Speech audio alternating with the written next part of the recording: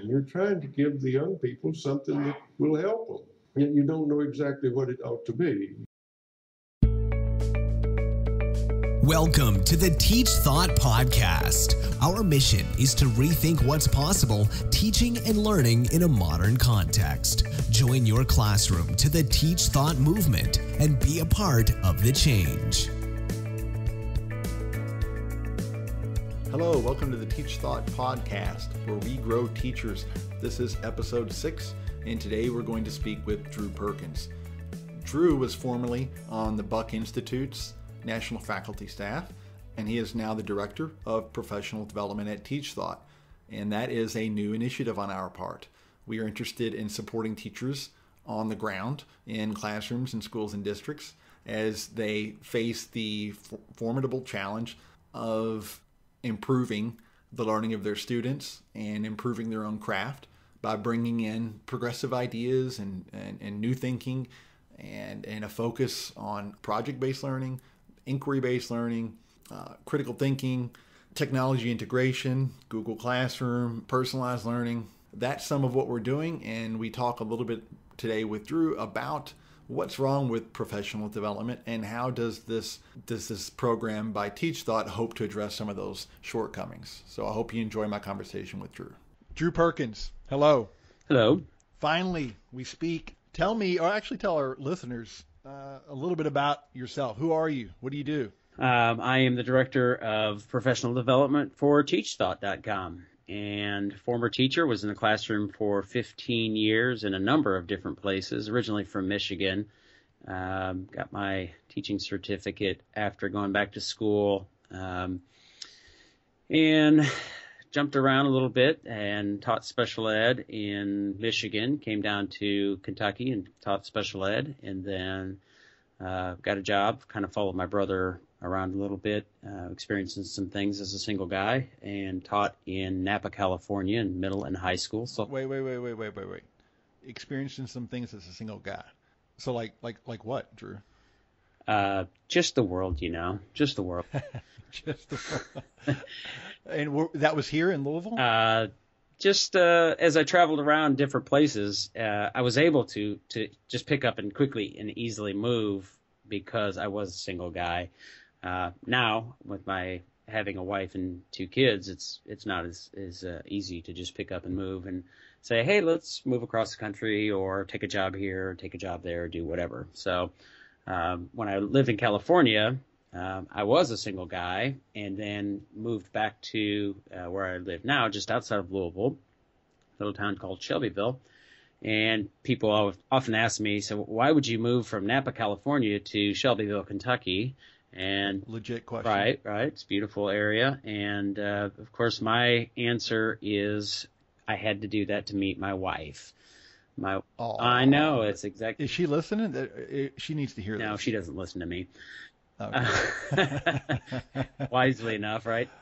So she was a high school teacher, is a literacy consultant, but she and I met at Shelby County High School here in Kentucky, and the rest. Were you teaching? She was teaching, and I was teaching. I was a social studies teacher where I taught AP psychology, regular psychology, U.S. history, world civ, all that social studies stuff, and she was an English teacher. Back in the day when Kentucky was doing those writing cluster leaders, she was a writing cluster leader looking at all those writing portfolios. So you met her, was she evaluating your work? Not officially, no, but she was judging you like out of the sides of her eyes. That's right. No, she actually came up to me and talked to me after the school-wide sort of assembly where they bring the entire school staff together and they introduce the new folks. And so when that happened, the lady who made the decision to hire me, wisely or unwisely, was talking about my dog because she had just lost a dog, and so we were talking about that in the interview process. So she used that as sort of story fodder to introduce me to the whole K-12 staff. Well, afterwards, my wife comes up to me in the lobby. I was talking to somebody. I don't know who it was, but I was talking to somebody, and she comes up and just says, "Tell me about your dog." And whoever that was that I was talking to just disappeared because I thought here's somebody that I really do want to talk to. So the rest is either uphill or downhill, depending on who you ask, I suppose. Downhill for probably. her. Today we're going to talk about professional development. Tell me about TeachThought professional development. What are you doing there? What do you hope to do there? Well, TeachThought professional development is, as I see it, an extension on TeachThought Publishing, which is the website that everybody in the world, how many billion people are familiar with, right? Right. The forward-thinking progressive thoughts of Terry Heick and company, which is a great resource if you haven't been on TeachThought.com. Plug. Thank you. For teachers who are thinking and forward-thinking. So the professional development is meant to really build upon that and help schools and teachers grow. Hence, we grow teachers to really grow their craft and really do that with a lens that hopefully is more progressive and more thoughtful around professional development, that is quality and personalized rather than just quantity and sort of standardized, or as some folks might think of, standardized personalized PD, right? Which is really just, hey, here's a package, buy it, and we'll send somebody to you. The thinking is that quality comes first, and part of that is because we have really great consultants who really care about the work and are experts in the work that they do, but also the value. There's a much lower overhead than most organizations that you might see offering PD. So we're not going to charge crazy prices. The goal is to make it affordable for schools. So there's not only just initial professional development.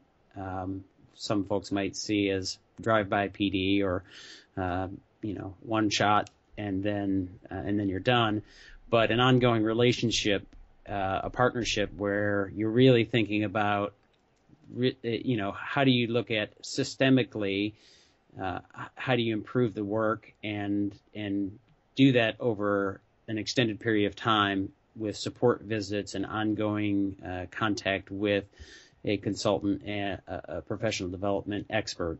Right. So you mentioned that ongoing support, and you mentioned the antithesis of that, which would be the drive-by PD, where you come by and you deliver a workshop and you wish them the best. And then obviously the opposite of that would be something more sustained that could get more at the systems and the tools and the processes in place that make the implementing of those progressive ideas either possible or not. So a lot of times you would go to a PD and you would hear good ideas, but there aren't the climate that idea is supposed to survive and thrive within may not be set up to make that possible. And so is that what you mean by sort of a systemic approach to PD? Yeah, I mean, obviously some schools may only need to do some work around project-based learning or technology integration or personalized learning or some very specific areas, and we recognize that obviously as a need out there and can do that and do it well, I think. But we would really like to engage with schools and districts around a conversation of thinking about what is their ideal school, and let's really think about how you would describe that. When we're working with kids around, for example, project-based learning, it's really important to have clarity around what the product, the purpose, and the audience. So what are you producing, why are you producing it, and for whom? And I think that rings true in professional development. What are you really trying to do? Really clarify that purpose. What is it that you're really after? And that's all stakeholders. That's not just, one person or a couple people, but that's all people that are stakeholders in a school or a district. And as you think about defining and clarifying what those characteristics are, then let's think about those in terms of what's your purpose, what are the systems that you have in place, what are the practices that you're really engaging in, and then what are your curriculum pieces and how do we develop, co-construct and develop professional development with a school that gets at those specifically and are personalized, not just, hey, here's a package, you can plug and play and do that.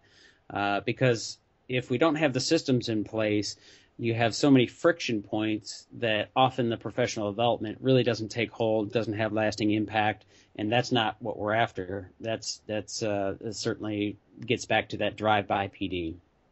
So you mentioned co-construction, so working alongside the staff in a more sustained way, and that being possible because of the unique pricing structure that you're offering at TeachThought PD? Is that all part of it? Well, it's certainly part of it. Recognizing that if the ongoing support and follow-up is too expensive, then there's almost no way for schools to afford it and to continue doing that work.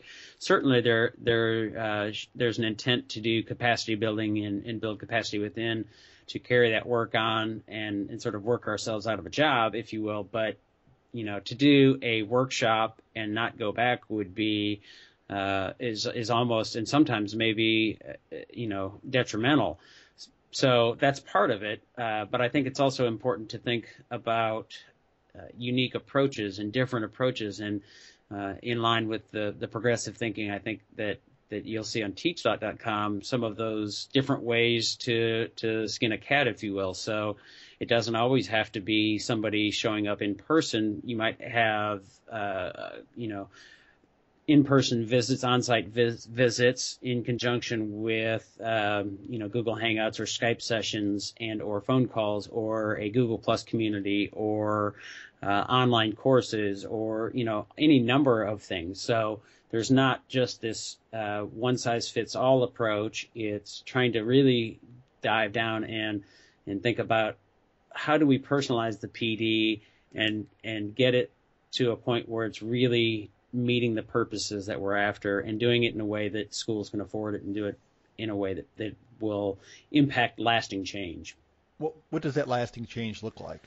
Well, it would what might it look like in a school or yeah, a I mean, it would depend somewhat on schools, right? Because that's one of the things I think it's important to look at with schools is what do they think it looks like? And we certainly have sort of an overlay to think about how we might flavor it, but I think the probably the wrong approach is to come at it and say, here's what your school should look like.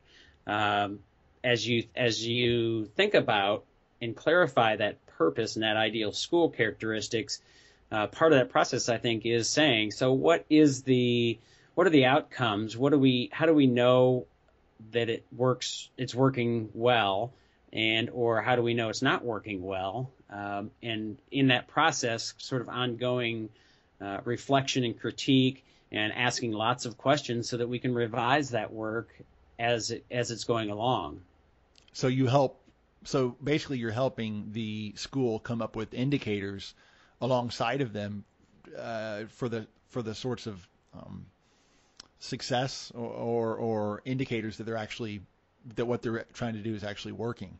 And that actually goes back to, you mentioned the ideal school, and that definitely is parallel to a lot of the TeachThought content.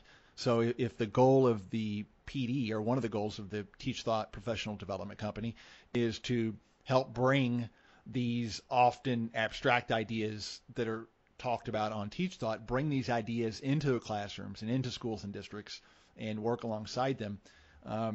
If that's kind of the goal in what we're doing here, you mentioned that ideal school. Talk a little bit more about the ideal school. What does that mean for listeners that don't know?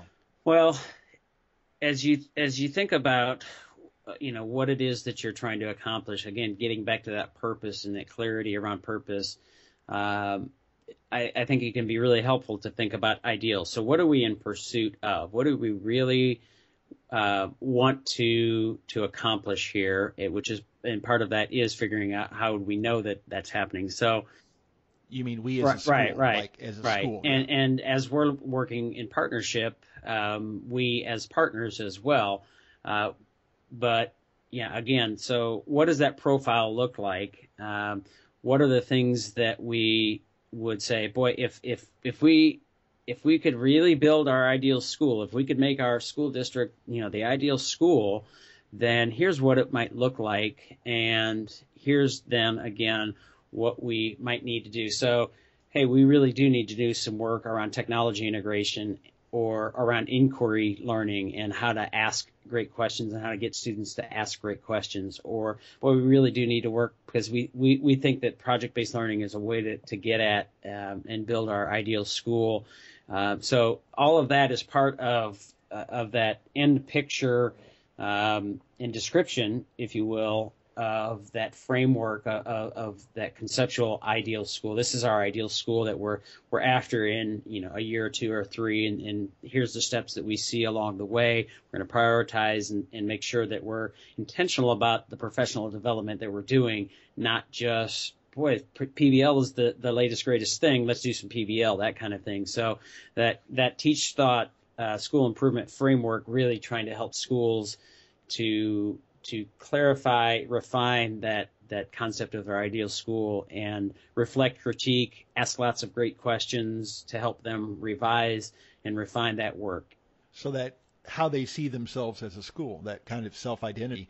And it sounds like you're using that, identifying that or co-constructing that concept of an ideal school. You're using that as a kind of strategy to personalize the professional development. So if school A, they see themselves working closely with the community and doing lots of project-based learning in the community.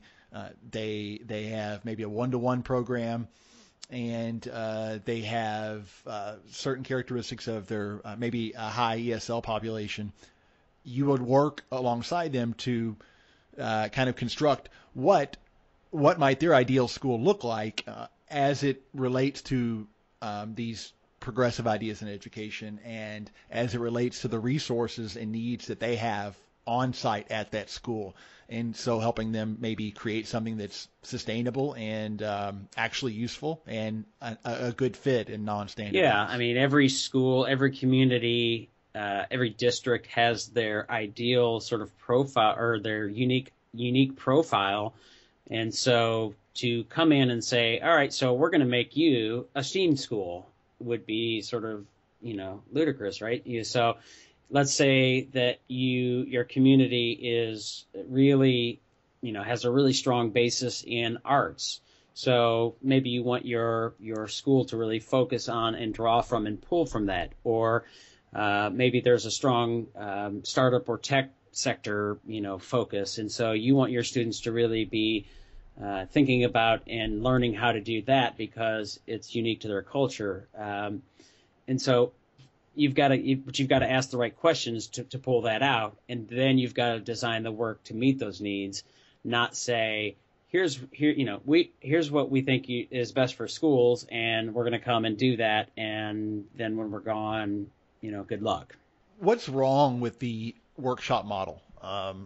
Professional development. I mean, I think we've kind of gotten at it a little bit, but why doesn't that work? Why has that been so ineffective for many schools and districts? Is it that missing ongoing support? Certainly a big part of it. I mean, workshop, when you say workshop model, I'm assuming you're referring to, sort of a workshop and then go. I mean, so many schools, how many teachers can identify with this? They get sent to a workshop somewhere, and their responsibility is that when they come back to the staff, they're supposed to be the expert and then train everybody, which is, in most cases absurd. If it's of anything of any depth, then it's going to take much more than that. So building capacity is an ongoing process. But yeah, a workshop, when folks ask me about doing, for example, project-based learning, they said, hey, we'd like to do a project-based learning workshop. We have, 3 days we'd like to do a workshop. We can't afford anything else.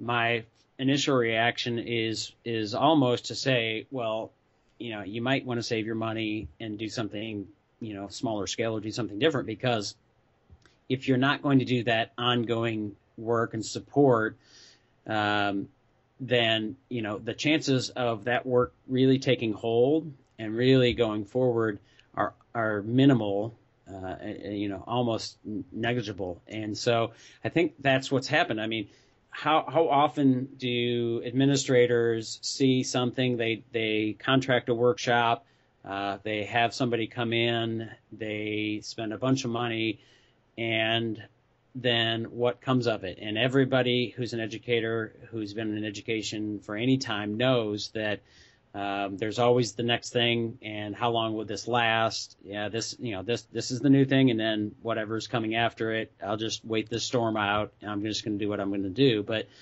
really changing practice takes time. It takes education, just like with students, education, professional development is dirty sometimes and tedious work. I mean, it can be really profound and wonderful and great, but it is not something that happens in a day or two or three. It is a pattern of growth. It's a journey. It almost requires a kind of mindset going in that not only am I going to be open to new ideas, but I realize this isn't going to change overnight. That I may have something that I can use in class tomorrow, but big picture, this is my work, this is my craft, and I need something valuable to help me hone it. Yeah, you always want to come out of a workshop with something that is of value, in the short term. And boy, I can really think about how this impact my work short term. But I think the bigger picture is, and when we think about professional development, really great professional development, just like really great classroom experiences, get you to experience or bring you to sort of profound thoughts. And when you have those big aha moments, those profound thoughts, you might also be having something really practical and pragmatic in the short term. But tomorrow I can use this in my classroom, or next week. But it's also really pushing you to think differently about your work and the work of your profession. And so what that does is get you to ask more questions of yourself and of others. And I think that's what leads to substantial change and growth in the educator's mindset. So, I guess that's the question is, when you look at your professional development, is it really spurring and setting up scenarios where you're able to have and regularly having those sort of profound thoughts, those aha moments? Tell me then in a sentence or two, what are you hoping to accomplish with TeachThought professional development? It is more than a sentence or two. I'm going to have to break that rule. Those of us who have been around education know that we've been admiring the problem, having the same old song and dance, just different tunes for years. My hope is, just like a lot of the other those in the progressive movement, you look at documentary Most Likely to Succeed, and the thoughts of Sir Ken Robinson, where we have to make a substantial paradigm shift in education for the future of education, and in many ways the future of this country. So the only way we can do that is to work with teachers and systems and districts to really reframe the purpose, to then clarify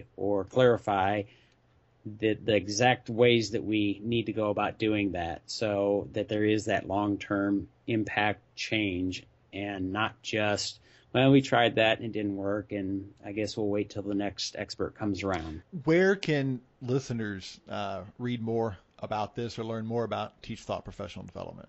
Well, of course, on the website, TeachThought.com/professional development. And I think we're going to have a /PD as well.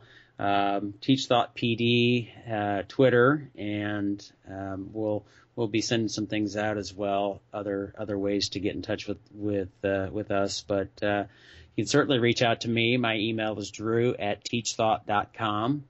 And I'd love to hear what folks have to say or questions, what your needs are, how we can meet them, and by all means, check out teachthought.com and read the articles there.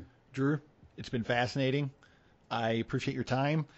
If we need to reschedule kind of a follow-up so we can get into some of the more details of what this professional development looks like on site and what teachers and districts might expect, and kind of itemize things out a little bit more. But I've appreciated your time today, and let's talk again soon. All right. Thanks, Terry. Thanks, bye.